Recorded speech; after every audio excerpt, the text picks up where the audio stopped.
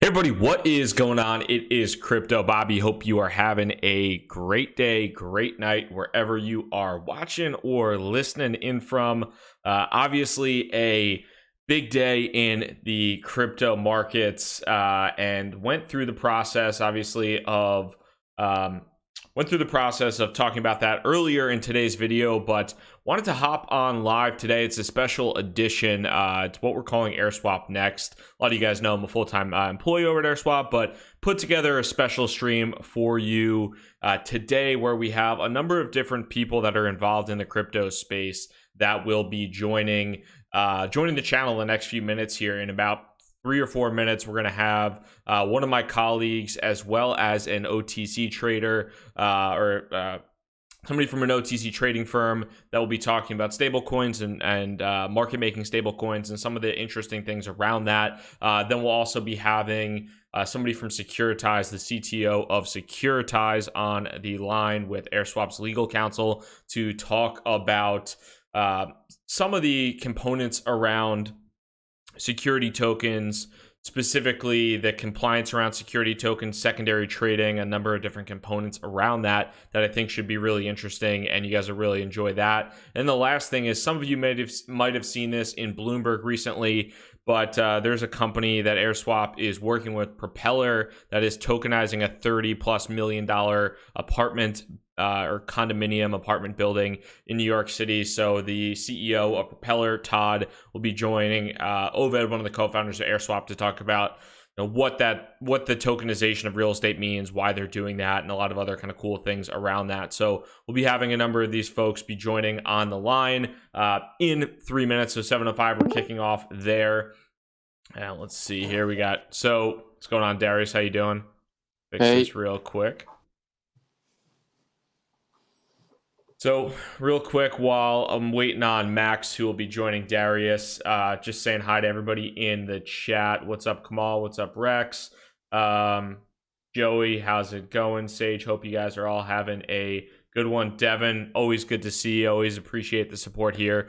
And while we're waiting on Max will be hopping in. He is an employee at AirSwap. But Darius, would you mind giving a quick intro as far as just your background with QCP and what QCP is? Sure. Can you hear me all right? Yeah, can you hear great? Yeah, so I started my career as a macro trader in a hedge fund called Diamond Asia. It's a $5 billion hedge fund out here in Singapore. Traded cross assets, equities, commodities, and focus on FX, and in particular Asian FX and the related derivatives. So that sort of governs our approach to the crypto space. Just before doing crypto full time, I was with Max and BNP in New York, managing Asia FX and bonds there as well. So our primary business is prop trading in crypto, and particularly the focus on crypto derivatives. So we trade a lot of crypto options, forwards, futures, and some borrowing and lending as well. Gotcha. And Max, what's going on, man? Appreciate taking the time to join as well. And Max, you wouldn't mind a quick 15-second intro as far as what you do at AirSwap? No problem. Good to see you, Rob. Thanks for having me on the channel. Good to see you, Darius. So as Darius mentioned, I was an FX trader at BNP before, trading spots, so very similar to the main product in the crypto space. At AirSwap, I joined this almost a year ago now, and I take care of helping the design team shaping a product that's relevant for traders, and also doing a lot of work in relationships and business development to maintain the relationships and acquire new partners. Sweet. So one thing a lot of people talk about, and I think there's a huge misconception in the market or in the crypto space as a whole, is, at least on Twitter, a lot of people talk about market makers, and all this kind of crazy rumors and things like that. Either you guys mind taking a stab at what actually is a market maker in regards to crypto, and how are they involved in the cryptocurrency landscape? Right. So I guess I'll take the first stab at this one. Yeah. So a traditional market maker, not especially in crypto space, is someone that's creating a market. So that's basically what it means. But so a market is basically the fact that, what's the price of Ether right now, Rob? It moved a lot today, maybe 175, something like that. All right. So what represents the market, and why the Ether is trading at 175 because it's the mid price between where the person is willing to buy at the highest price, which is the highest bid, and the person who's willing to sell at the lowest price. And that's what defines market in all the different markets that are around there, and also in crypto. So a market maker is someone that's creating those markets all day, connected online or answering requests, and basically indicating to the customer that's coming to him where is he willing to sell and where is he willing to buy, and effectively kind of creating this spread in this two-way market to the customer coming in. Yeah, just to add to Max's point, I think something that most viewers might find interesting is that 80 to 90% of the crypto space, or rather the crypto liquidity, is in the OTC market and not on exchanges. Mm-hmm. So you do get price discovery on exchanges, but it doesn't. It's really a small percentage of the market. So what market makers do in the OTC markets is they give you access to the balance sheets of the various OTC players, and also market makers provide liquidity, meaning that we take risk on our own balance sheet, and that enables the market to have more efficient price discovery as well as to have more depth. Totally. And you obviously mentioned OTC trading, and 80, I think you said 80-90% of the actual volume is happening off exchanges. For those who are not familiar with what OTC trading is, can you talk a little bit about what is OTC trading, and who are the actual people that are trading OTC, and what are the benefits of doing so for them? Sure. Max, you want me to go for this, or you? I guess you can go. You got it. Yeah, so I mean, OTC trading, I mean, it's really simple actually. As opposed to exchange trading, where it's peer-to-peer, meaning there's a order book, and whenever you trade, you're hitting someone else on the order book. A OTC trader is someone who will make you a price, and if you once you trade on OTC, the counterparty bears the risk, and then the onus is on him to get out of the risk. And more importantly, OTC traders have their own balance sheet, so they, instead of just dealing with someone direct, you're dealing with an intermediary that is able to take risk and have a prop view on the space. Yeah. I guess, yeah. I mean, OTC trading has been since the stock exchange started, the main reason why it exists is because, for example, if you look at the American stock markets, American stock exchange, at the beginning of it in the 19th century and 18th century, it was very strict, and there was a lot of regulations to be able to list your equity or anything on this market, so there was massive amount of fees. So a lot of the people, they traded kind of private securities on the side, literally over the counter. So you go to someone, it's really a peer-to-peer exchange with someone that's able to bear that risk market. Gotcha. And when people talk about OTC trading, I think the conception or the idea for a lot of, maybe a lot of people that are watching this, maybe a lot of people that are watching this stream right now, and keeping an eye on the comments as well. But I think the conception is that the visualization there is that it is these big whales or people like that are, can't trade on the exchanges because they don't want to have their their order shown on an order book or something like that. Who are actually the most maybe common customers for an OTC trading desk? Who are the people that you see most often when it comes down to actually using an OTC desk? Yeah, well, it's really all sorts of people. I mean, the crypto space, a lot of them are ICO projects who have to do large sizes, and the sizes that they deal in, if they deal on exchanges, they'll experience a lot of slippage. Mm-hmm. So I would say mostly projects, funds who need to deal in blocks of 50,000 or 100,000 and higher. It's basically they just don't want to execute the trade themselves. Sure. And experience a kind of slippage, and so you basically transfer the risk to the OTC trader. And I guess in general, it's really, really advantageous for the people who are doing so to go to a OTC trading desk, because if you look at the crypto market right now, it's so fragmented. If you want to move 50 million worth of Bitcoin, you'll probably have to hit 10 to 20 different exchanges if you want to get your best quote, right? So the OTC desk, they also have the proper infrastructure to be able to connect you and provide you the best price on every one of your orders. And it's also their day-to-day business. So they have multiple flows coming in, so they can easily match one client with another. Let's say you're calling Darius, you want to buy 50,000 Bitcoin, I want to sell 50,000 Bitcoin. He can kind of match us off and take a little spread in the middle, providing a much better price than if you'd have to go to an exchange and leave your funds like up to the risks that are on the centralized exchanges. I mean, just to add to Max's point, a lot of the exchanges have charged very prohibitive fees. Mhm. So, the OTC guys have a bit of economies of scale there. For example, we have like 60 different channels of liquidity that we can tap, and our fees are reduced as well. That enables us to price a little bit better all in than exchanges. Absolutely. And one of the things I think, so QCP, you are based out of Asia, correct?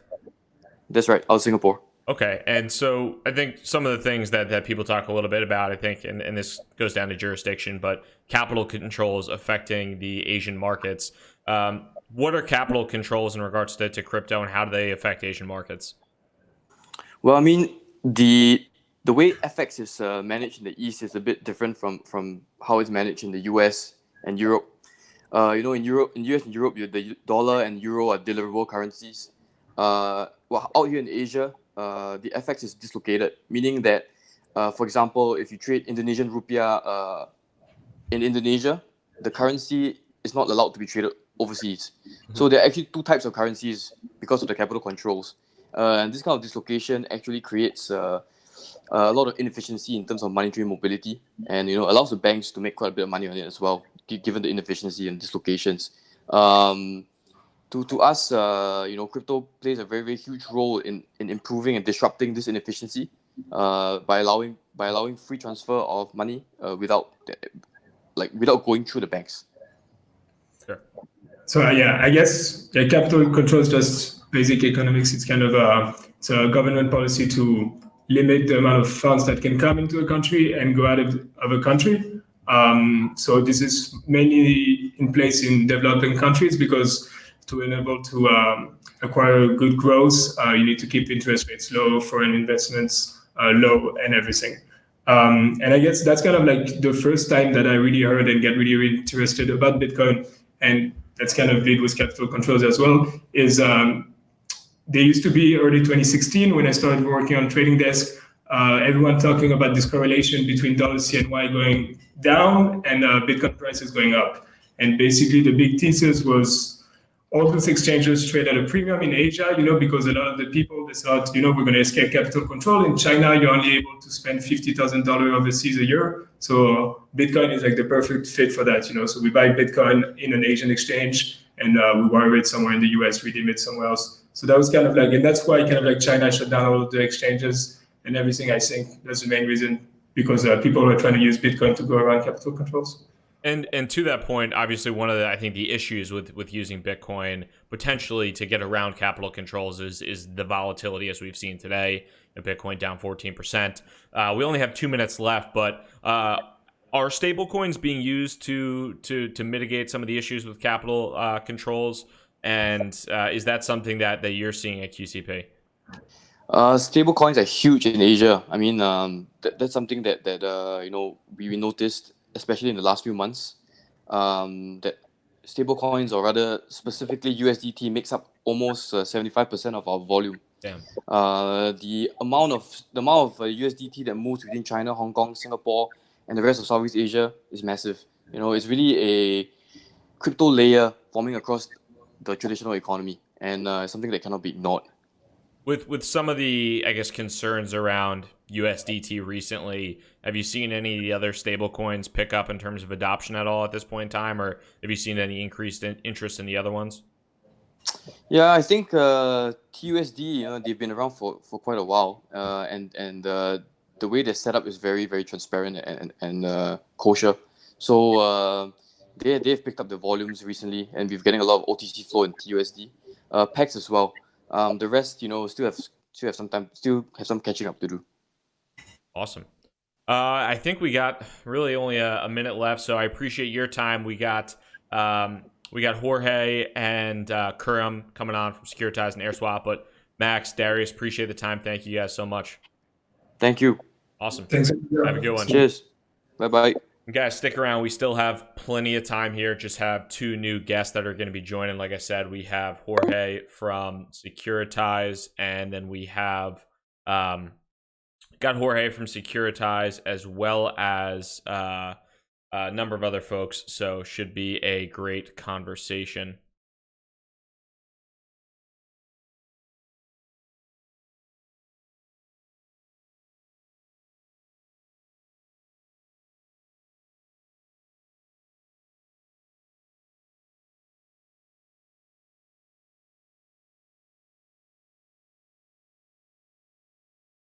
And if anybody has any questions as we're going through this, definitely feel free to sound off and let me know. How's it going, Kerm? Appreciate you taking the time, man. Good to see you, Rob. And while we're waiting on Jorge, so he should be joining any minute from Securitized. Kerm, if you wouldn't mind, just a quick background as far as kind of your role at AirSwap, that'd be awesome. Sure. Hey, everyone. My name is Kerm Dara. I handle all things legal here at AirSwap. Prior to joining AirSwap and the Fluidity team, I was an attorney at Warwick, Harrington, and Sutcliffe, where I helped build the digital assets practice there. And prior to that, I was at Cahill Gordon. Awesome. Appreciate it. And for everybody who's watching right now, I have 100%, I don't want to be biased, but I've learned a shit ton from, excuse the language, I've learned a ton from Kerm throughout the process of working with him, just from the legal field and how it applies to the cryptocurrency landscape. So if you guys have some interesting questions, feel free to shoot them along as we proceed forward here. And we'll be talking with, as soon as Jorge joins, we'll be talking a little bit about security tokens and the secondary trading of those assets, because that's something that we at AirSwap are currently working with.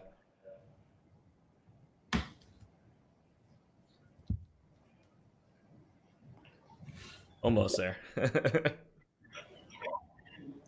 Rob, while we wait, I should give my disclaimer that nothing that I'm saying. You should always consult your own legal advisors before investing in securities. Yeah, nothing Kerm's saying is legal advice, and nothing I've ever said in my entire life is financial advice. So there we go. There's our two disclaimers out of the way. Hey, Jorge, can you hear us at all? Oh, yeah. There you go.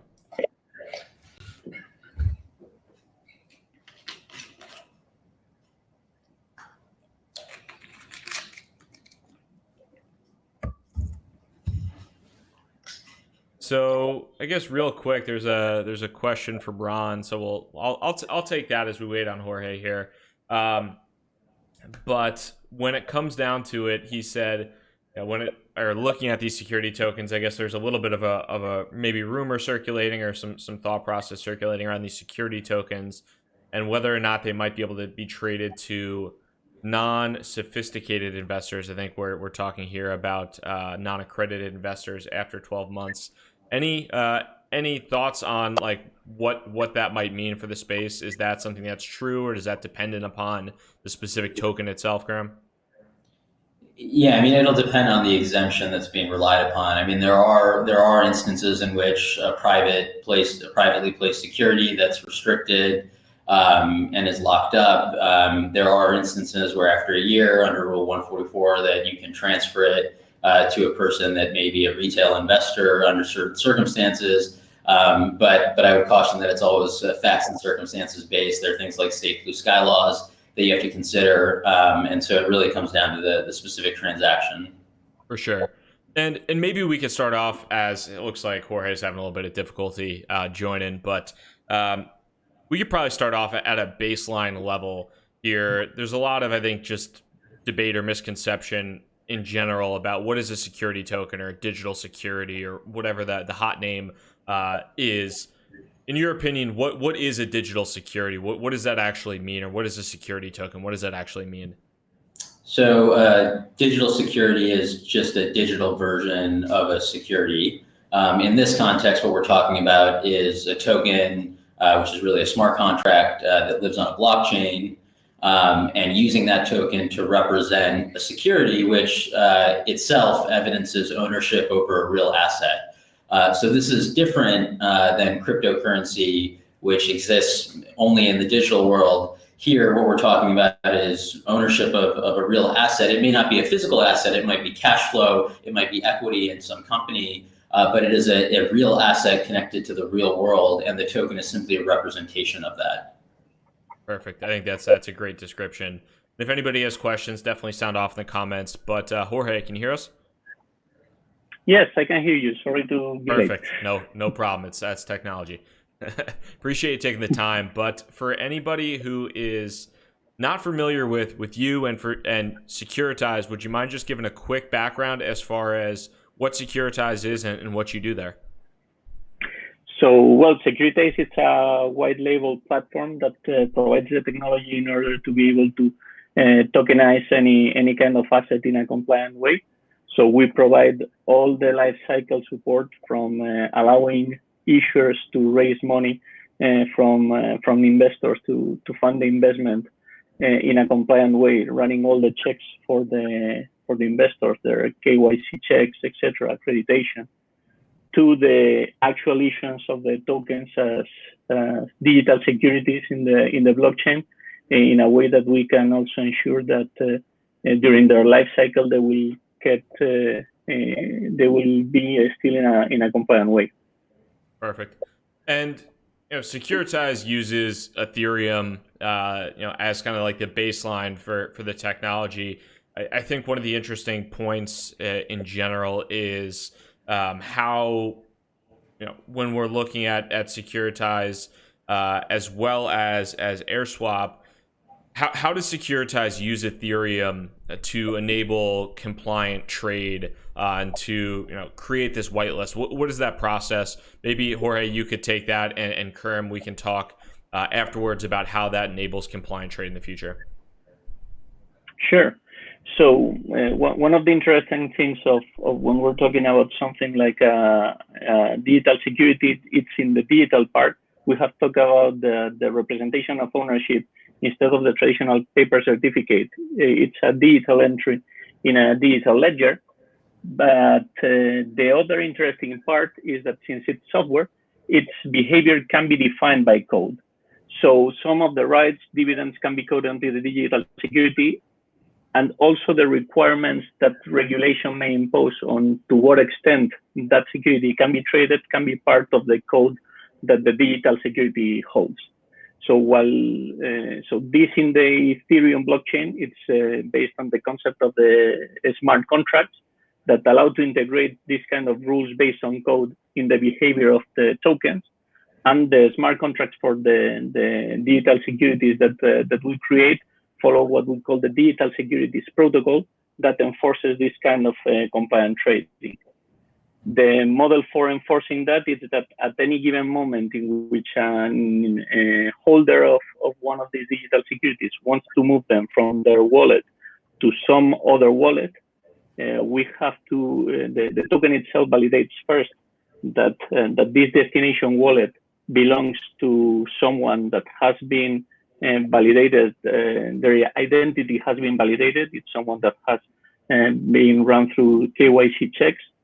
And then the specifics of the identity of this person to see if that specific trade is possible, and no regulations that prevent that trade are being broken, so that there's no flowback in case that there's a restriction of flowback happening, or that the trade is not happening before a certain lock period has not passed, or even that certain limits in the number of or category of investors are not surpassed by that trade. So summing up, kind of, for maybe anybody who's not familiar to, and correct me if I'm wrong, but kind of at like a summary level, you work with these digital security tokens. There are certain rules and regulations essentially that people have to comply to have ownership over those tokens or to invest in those digital securities. And when they pass the, essentially the rules and regulations, KYC, AML, accreditation, those type of things, they're added to a whitelist that you maintain with Ethereum through smart contracts, and then they can transition or trade or move those tokens to other investors that are also on the whitelist. Is that somewhat correct? Yes, to some extent. That's a main requirement. Both need to be whitelisted, but also additional checks are taken. Mm-hmm. It's not just a whitelist in the sense that maybe two investors are whitelisted because both are allowed to hold tokens, but they are not allowed to sell between them because one is an offshore investor, another is a US investor, mm-hmm. and at that point that would be considered flowback if the US securities, if the offshore securities were sold to a US investor.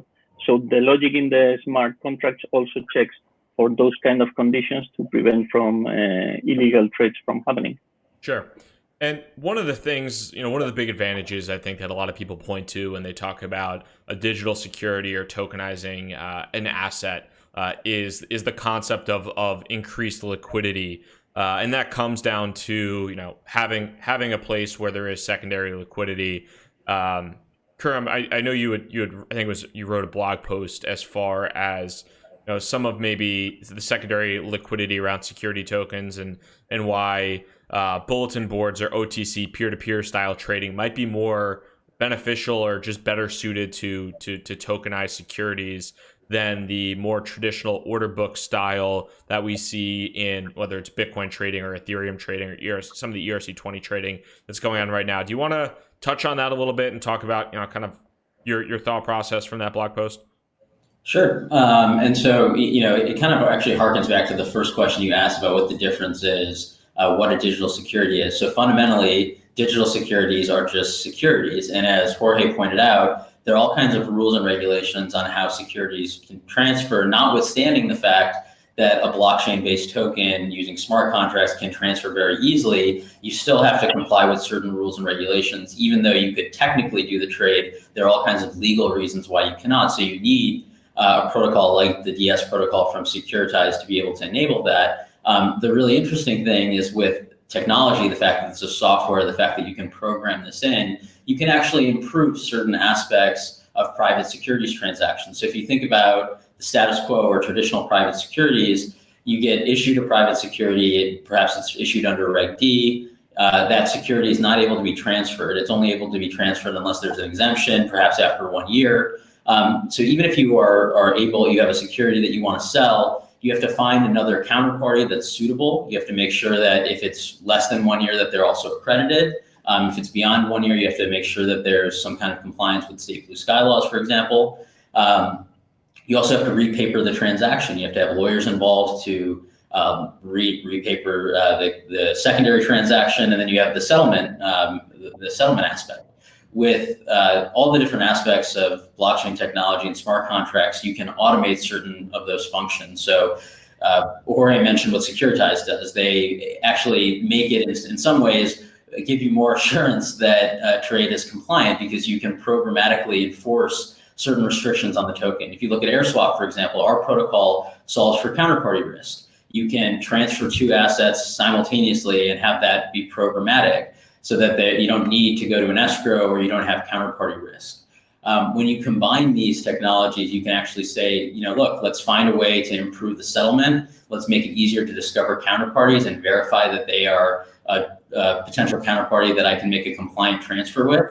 And you can actually improve those little steps of the transaction process, thereby improving liquidity. I think there has been some misunderstanding about what liquidity would look like in this market. Overwhelmingly, at least initially, the security tokens that we've seen, the digital securities, as they're now referred to, have overwhelmingly been Reg D private placements. Mm-hmm. And so they're private securities. These are not securities that are going to be traded very frequently. It's unlikely, in my view, that these are going to be traded on exchanges or order books. I think they're going to be traded over the counter or peer-to-peer. And in that sense, you can see how you're going from a situation where you had very limited liquidity to no liquidity at all, to a situation where you have slightly better liquidity for that particular market. But still, it's different than a publicly traded market of equities or a publicly traded cryptocurrency market, for that matter.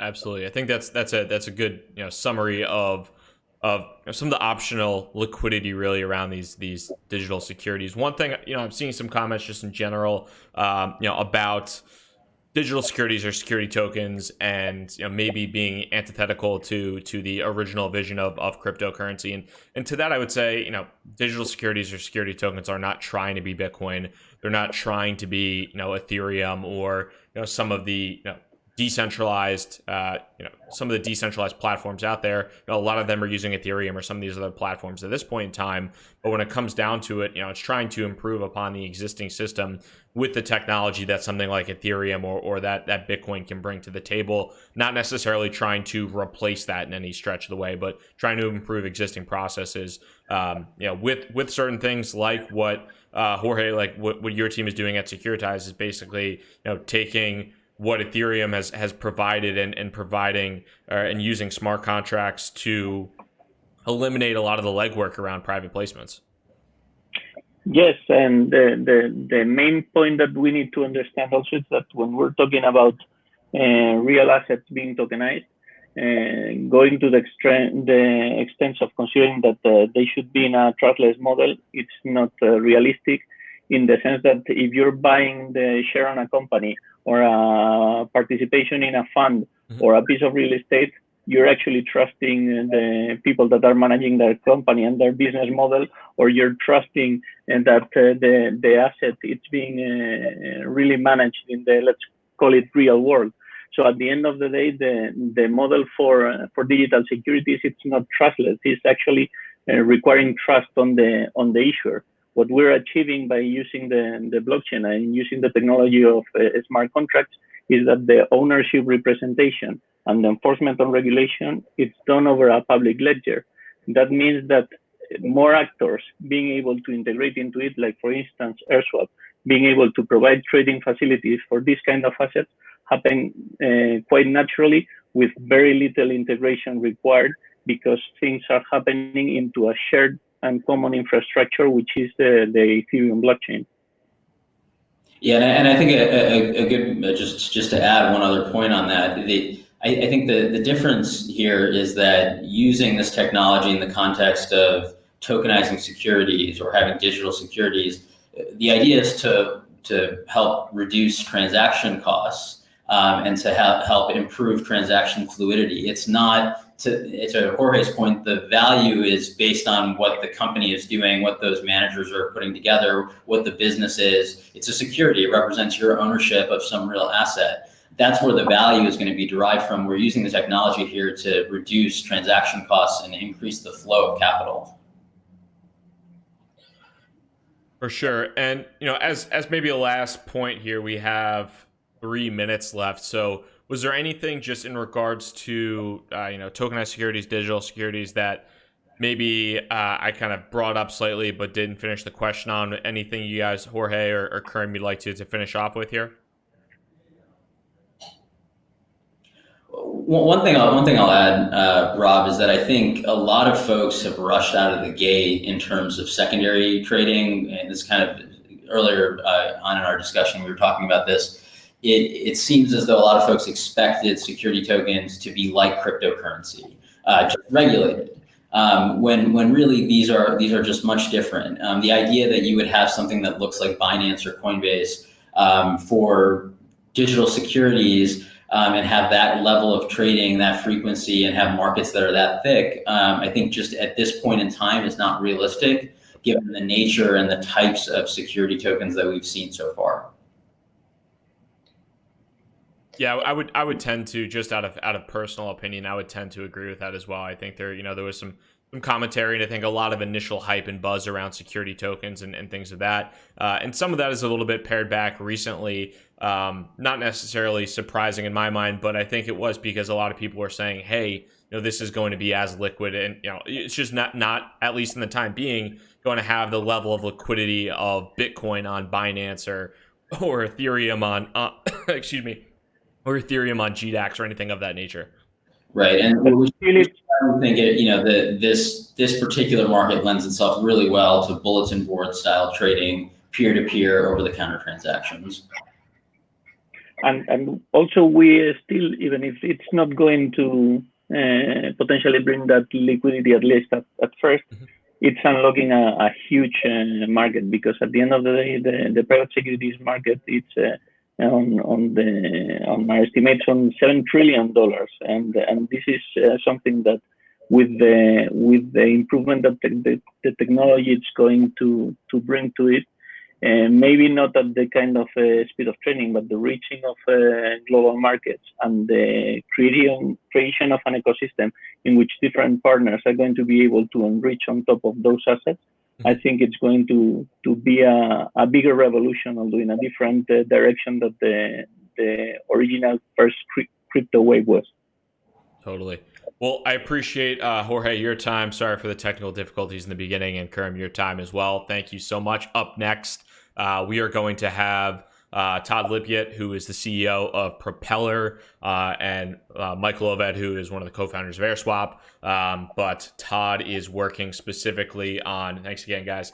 Todd is working on bringing a major real estate deal, $30+ million deal in Manhattan into, to tokenize it. So should be exciting. Should be a great conversation here. They'll be joining here in a minute. As soon as that happens, as soon as they pop in, we should get into that. I will take any questions if you guys have any quick questions off the top as we're waiting for Michael Oved and Todd to join. We'll definitely take those, and see a lot of XRP shilling going on in the comments. What's up?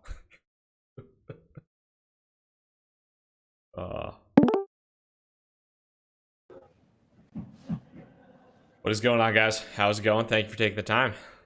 What's up, Bobby? How's it going, Bobby? How you doing? So quick introduction, Todd, as far as just your background and what Propeller is, and then we'll pass it over to you, Oved, and we'll go from there. Okay, as quickly as I can do it. I traded structured product on Wall Street for a long time, and about 4 years ago, developed Propeller out of a need to sort of service our credit investor base. So Propeller is a digital end-to-end, private placement platform. Great. And in case anybody's not familiar with your background, Michael, you want to pass it? Yeah, so Michael Oved, co-founder of AirSwap. We kind of went through a thought exercise like 9 months ago around when the platform was launching, which was like, we have all these ERC20 tokens. A lot of them are moving off chain. We can't really trade Bitcoin yet. We can't trade fiat. So like, what are we going to actually put on this platform? What are we actually going to be able to go into? And so one of the things that people kind of started to talk around then were security tokens, and we were just doing thought exercise and trying to understand which securities probably made more sense. Kind of landed on real estate as a first good application of tokenization. And in that process, we were just doing a lot of biz dev and talking to a lot of different people in New York. And we're fortunate enough to be introduced to Todd because, not only does he have many, many more years of experience in all this stuff than I will have, will ever have in my life. But he had a platform, basically a platform where you can connect buyers and sellers, with a broker dealer. You can accept fiat. They can actually do deals, right? So we were just like, why don't we just figure out a deal? Why don't we just figure out something that we can put on the blockchain? And so we found, $30 million prime piece of real estate in New York, and we went to market with, I think, like one of the first things that's been done in the space. And it's been like really, that was a month ago when we announced that, and in that month, like the outreach from the wider finance community has just been incredible. And we just like, we just wanted to like do something interesting and neat, and just like have, maybe have a little bit of fun with it. And now it's kind of like developing into a real thing. So yeah. Todd, maybe first question here, and then I'll add a second layer to it. But as far as things go on your end, what's interesting about tokenizing real estate for you, and how has the experience been so far in terms of tokenizing this $30+ million property in Manhattan? So, okay, first question. So what's interesting about tokenizing? I think, in a lot of ways, we've had a couple of capital formation revolutions that, technology has kind of driven. The last major one is crowdfunding that people sort of became, aware of. I've never really been a fan of the philosophy of crowdfunding because it didn't solve some of the problems that have been existent in at least the real estate asset class, which is, in a lot of these LLCs and so forth, there's just no transparency. I think blockchain applied correctly actually solves a huge portion of that problem. Ovid and I wrote a white paper sort of as the beginning chapter on that very issue. There's a lot more to be done in that space. And, as far as what has this been like, I mean, I think it's interesting. It's sort of twofold. I think from the kind of blockchain enthusiasts, it's like, can you tokenize this? And they throw something that you've never really even thought about. To the legacy of investors, which are like, so you're turning everything into Bitcoin, and trying to explain how this is not really cryptocurrency. I think that there's some confusion from people that aren't paying attention to the space at all, and so we're doing a lot of educating. Is really and trying to sort of guide what we think is a really best practices use application to sort of establish protocols and frameworks by which this at least the security token industry can actually expand and grow phenomenally. And bouncing off, one of the statements you had, you said, when you talk to traditional investors in the real estate space, they say you're turning real estate into Bitcoin or something like that. Outside of that, and Ovid, you could jump in here too. Like, what are some of the misconceptions you feel like are around the tokenization of real estate? Maybe you've heard them in conversations or just feedback in general in going through this process of tokenizing the building or the property in Manhattan. Yeah. So one of the things Todd likes to say that's really interesting is that if you just list something on a market without any kind of framework around it or without any transparency, you basically it's not going to trade, right? If you can just list something on a market that doesn't really have underlying transparency, you don't know what actually the thing is holding. It's going to trade at like a really wide spread. So one of the things we tried to do with the 2-token waterfall white paper, which we released, is to basically just put a framework around these tokens, and if you can replicate the entire capital stack of a real estate transaction through 2 tokens, so you have token A, which replicates debt, token B that replicates equity, you have a simple payout structure. If you have any sort of viewpoint on the price of the asset, you can price both token A and token B. And just the ability to price something very easily by having one input and one output, that is going to bring liquidity. So that's going to allow these things to actually trade.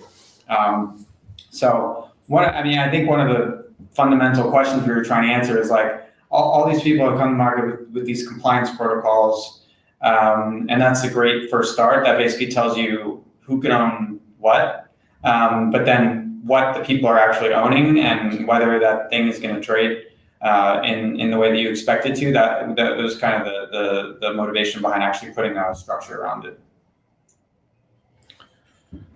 Yeah. The only thing I have to add to that, and yes, it's totally correct on that, but the only thing I have to add is I think from traditional investors, there's a fair bit of fear mongering. And so I think one of the interesting parts of the security token market is, so people, for instance, read about, XYZ exchange gets hacked, everybody loses their coin, or, somebody lost their private key and, millions of dollars of Bitcoin are lost. And, everybody's read the sort of tabloid versions of the worst case scenarios of the crypto market. And what I get to tell them is in security tokens, that doesn't exist. There's still an administrator, you still burn tokens, reissue them, so forth. Even if your wallet somehow gets hacked or so forth, we can actually control to a certain extent because of the regulatory compliance that we have. And so we look at the token feature as just purely additive with no real downside. And it's like I explained to sort of the that I speak to, it's exactly as if any other private placement with a call option on liquidity. And so what we're really trying to do is add that liquidity layer that's so often advertised. We're actually trying to make that a reality. Absolutely. Yeah.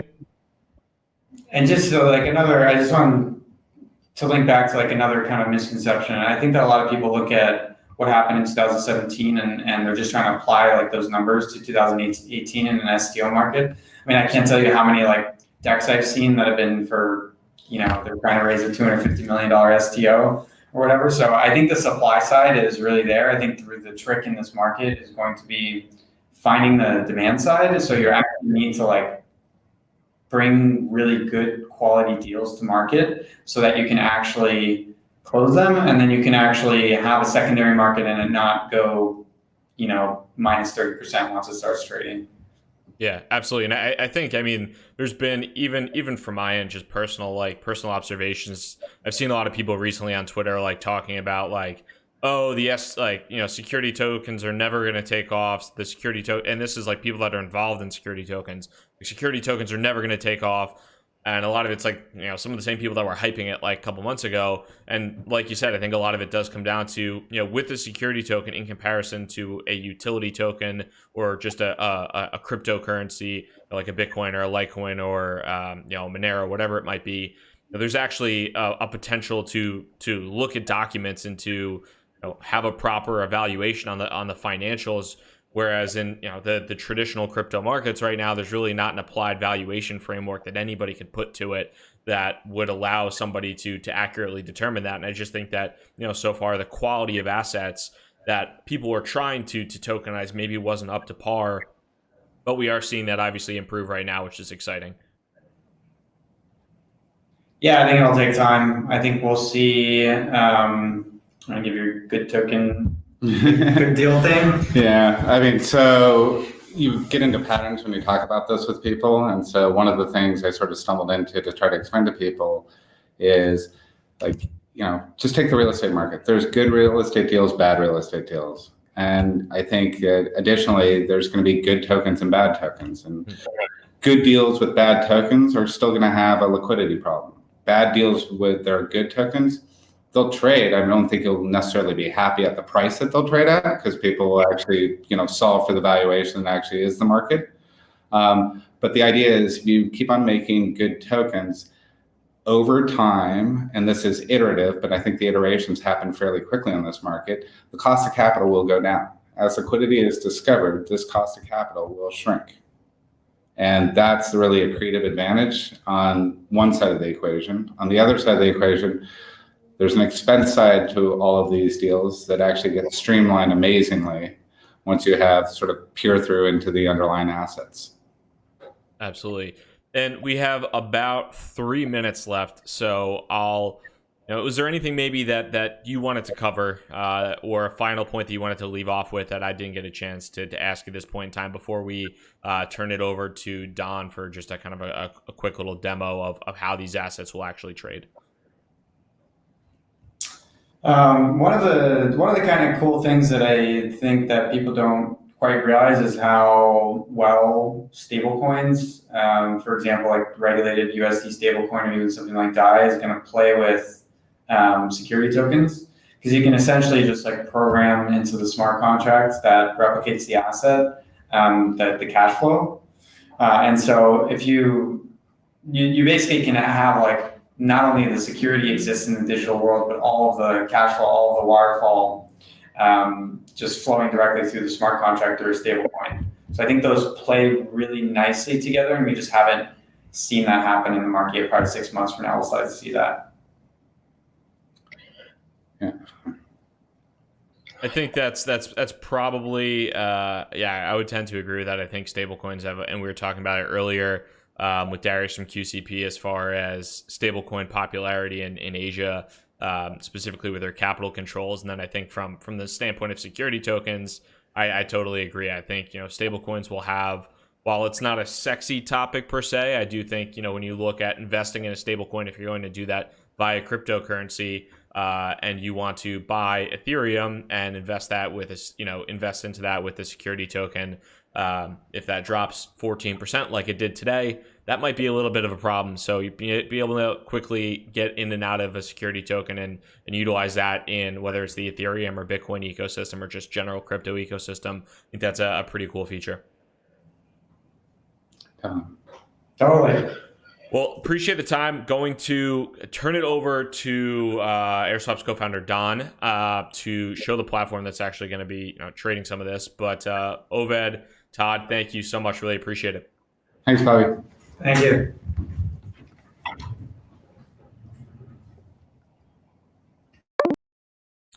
So we'll definitely take some questions here as I'm waiting for Don. He should be joining any second, but there we go. There's Don. Hey, what's going on? Hey, Rob. What's happening? So how's it been? Oh, it's been fantastic as always. Cool. I appreciate taking the time. And here, I'll pop over. So just maybe a quick background as far as what you do at AirSwap and what you'll be kind of showing around here in the next few minutes. Yeah, for sure. So on a day-to-day basis, I'm working with the product team, and so that's design and development and requirements gathering, and working with other folks in the team who interface directly with customers and opportunities, just to build the best product we can. Still get my hands dirty in the engineering as much as I can, but otherwise we've got a great team here, and we're building some good stuff. Appreciate the intro. And here, I'll pop it up. I think you're about to share a little bit of your screen, and we'll talk a bit about just AirSwap as a whole and some of the kind of new iterations. One of the big things that you've been spending a bunch of time on is AirSwap Spaces, and I think that's something we're excited to share a little bit around. Definitely. Okay, cool. So I can share my screen here. We can jump right into it. And actually, maybe since the last AirSwap Next, which happened in August, so we highlighted the widget and the developer tooling, and those are still going strong. We introduced the new concept of OTC and how that can really reduce the complexity in onboarding clients and making trades from weeks to minutes in some cases. Earlier, I believe you had a nice conversation with Maxime and Darius from QCP. And so these guys are able to find a home on AirSwap. And after implementing the AirSwap system as through the widget, I think we realized that it's more broadly capable for person-to-person trading. And so with that, we're implementing several what we think are very strong use cases for decentralized trading between people, in addition to what we have on the widget, which is some basically just like developer-driven makers. So as for that, I haven't shared my screen with this software yet. Oh, I need to add it to Chrome. It should just take a second. All right, here we go. There you are. It takes a second. Cool. Are we in? Yep. Yeah. Perfect. All right. Nice. Okay. You can see some detail too. That's cool. All right. So what you might be familiar with is the on airswap.io. Until recently, there was just really the grid of tokens that were available, and this was kind of like AirSwap, the app store, in a way that these are consumer tokens, and you can buy and sell them as you would in just like a normal kind of purchasing experience, instead of going off to an exchange or an order book and using investor-like tools to buy them. But this is implementing a similar kind of interface here, where you can see the tokens that have been made available for trade on the network. And we also have a nice chat stream here, which includes both the posting activity onto the board here, and also the trading activity, and just who's connected at any given time. So I'll just grab one of these. We've been hearing about stablecoins, I think, recently. So TUSD. No spank chain. Come on. You want to jump into spank chain? Let's see. Oh, we can do TUSD now. That's good. Spank chain looks pretty good. I love the cover image. Yeah, they got it. They got their own cover. But when you drop into one of these spaces, what it's doing is both presenting you an option to buy or sell these directly in place. So you can just indicate that you'd like to buy 100 TUSD, although it's unlikely that I'll get. Oh, there you go. So I got a price, and I can buy it in place. I can also tap on the sell, but I don't actually have any TUSD to sell at the moment.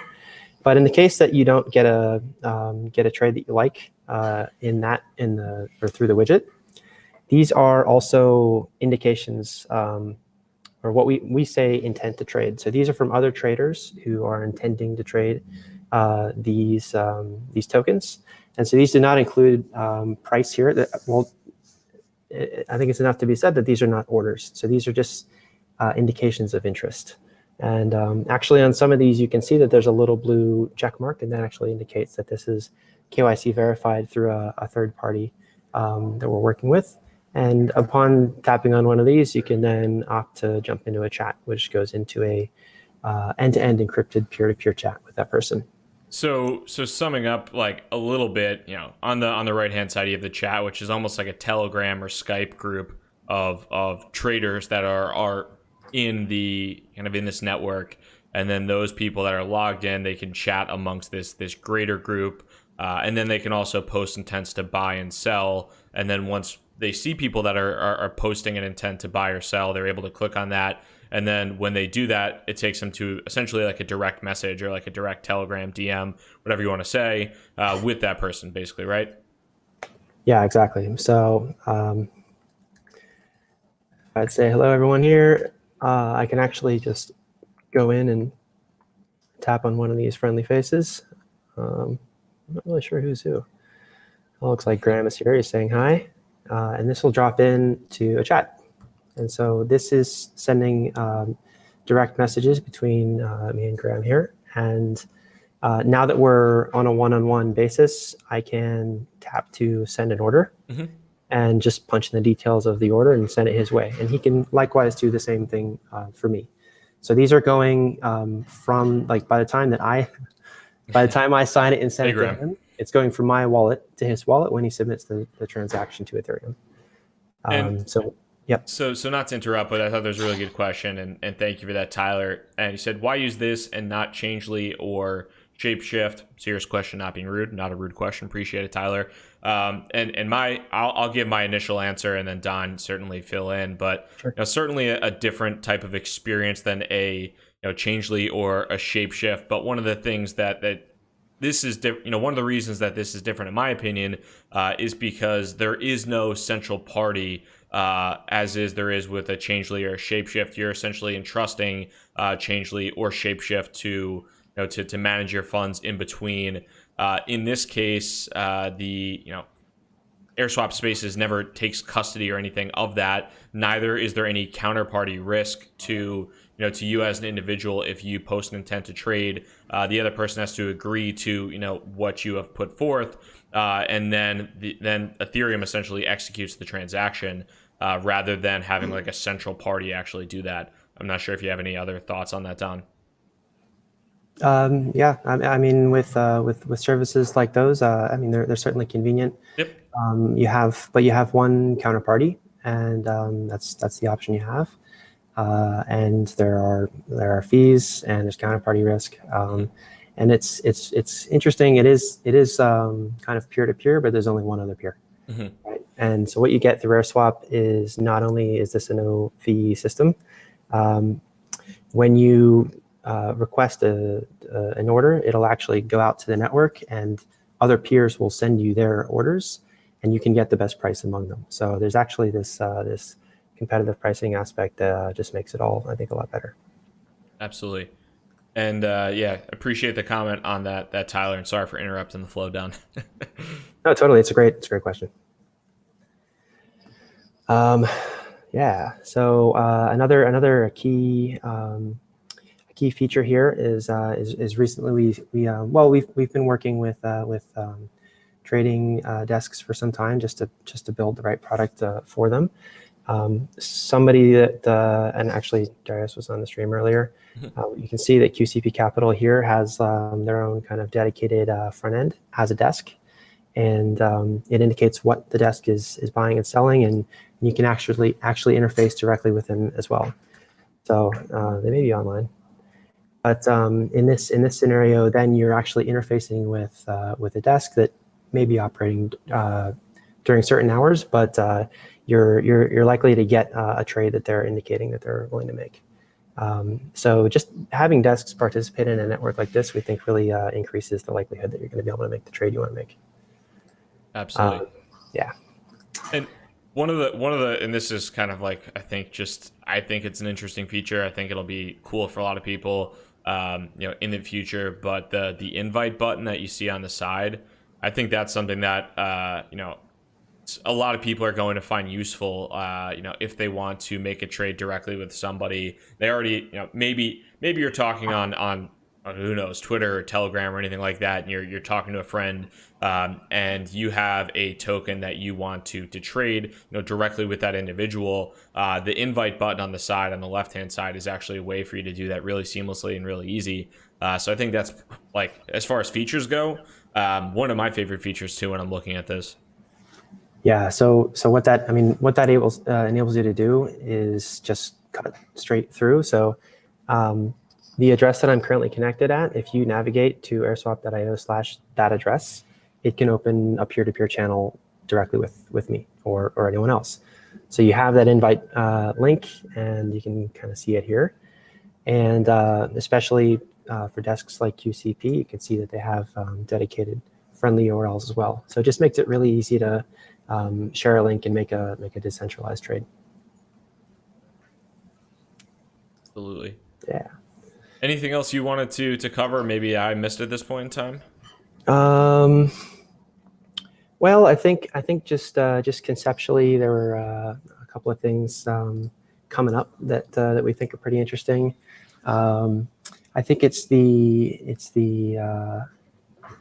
effort right now, both to optimize the trading workflows for desks, just because we think this is a great use case. Oh, QCP got back to me. That's nice. And what we've been kind of developing this concept of cascading liquidity, which means to say that different. So on a peer-to-peer trading network, it's all about finding the right counterparty that's going to make that trade with you. And as this network grows, and as both programmatic or machines and people start to participate in it, you're going to get prices at different speeds, at prices you like, you don't like. And so it's the idea that through AirSwap, once you've kind of expressed the trade you want to make, that it can aggregate and present you all of the options that you have to make the best trade at the right price. So there's that concept. I think is going to be really important going forward. And then generally, so earlier on the stream, there was a good amount of talk, I think, on tokenized securities and tokenization efforts of Fluidity and Propeller. We definitely think that at a broad level, that the combination of tokenized securities and stablecoins like DAI, TUSD, USDC, and decentralized trading are going to create a pretty incredible environment, and what is ultimately going to be a global phenomenon. So, given that decentralized trade can rest on this worldwide blockchain provided by Ethereum, we think the combination of tokenized securities, stable currencies, and decentralized trading is going to have a major impact. And so that's how all these pieces we think fit together. Yeah, I think that's really great and helpful insight. And if you don't mind, I think there's two questions that are great that we could probably leave off with. Tyler, again, with a really good question, so I appreciate that, Tyler. And this is something I think we've talked a little bit about, and it's a cool idea. He says, can AirSwap work within a partner app or like a partner website, or is it only on like airswap.io? That is a good question. We so earlier I was talking a bit about the widget concept, and actually, if I hop in, let me just go in wherever I was. Let's say add token or something. Who've been great partners as well, by the way. So when you tap on the buy button, you can see this widget pop up. Yep. And what this is really doing is capturing what you want to do and then taking you from an end-to-end, basically a transactional kind of thing, where you want to purchase a token, you can punch in the amount that you want, you get an order, and it's filled. This contained trading experience is actually being embedded and distributed around the web. And it's really straightforward for developers to pick this up and embed them in any website, and particularly for these token teams that want to provide their users and communities safe, decentralized ways to buy and sell their tokens. This is a great choice. And just to be sure, the way that the combination of that part, which is kind of this automated liquidity component, and then the manual liquidity component, which includes the desks and other people, the widget as embedded can give you that automated experience, and also will fall through in that kind of cascading fashion to get you a trade from whoever it might be on this decentralized network. So this is a fully embeddable trading experience. Yeah, and one of the places, if you've ever used the Augur application, which is one of the probably more popular dApps on Ethereum, if you ever try to use that, you can actually utilize the AirSwap widget within Augur's desktop app and web app as well. So pretty cool way. And there's a couple other places too, but I think Augur is probably the largest project using the widget. You don't even have to leave Augur's desktop app or web app either. And then the last question, I think we could maybe finish off on this one, but expat Ron, appreciate all the questions, man. But we talked a little bit about WBTC. I think we had a tweet on it maybe a week or two ago. Do you have any thoughts on Wrap BTC or WBTC and what that might mean just for either for Ethereum in general or for for AirSwap and what we're trying to do? Yeah, definitely. So the way that we see it, there's one of two ways to enable that cross chain or cross asset kind of trading or liquidity.